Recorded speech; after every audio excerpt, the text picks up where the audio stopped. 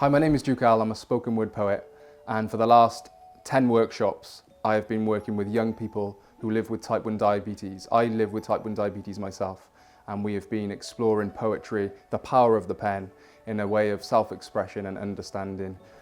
It is a condition that is relentless, it's every single day.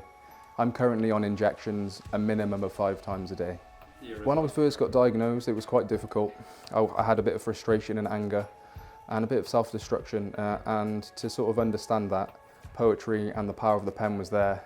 This project means a lot to me, and being able to work with young people living with type 1 diabetes to show them the power of the pen, that if they're ever feeling low, that they can pick up the pen and just write about how they feel. So the project's been taking place at Railway Gardens in Splot, and I have to say what a fantastic opportunity it's been to work here.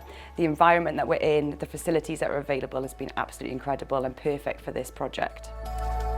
I think when we work in healthcare, we don't really get the opportunity to kind of work within a creative setting, and especially for our young people to have the opportunity to work in a creative setting as well.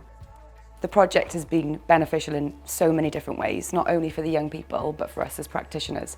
And I think what we need to hear and listen to is their lived experiences, but also how we can work with others in collaboration to raise the voices of young people and improve services for the future. On this rewarding and impactful project called Space to Grow, I've worked with the Arts for Health and Wellbeing team in collaboration with the Paediatric Diabetes team from Cardiff and Vale University Health Board.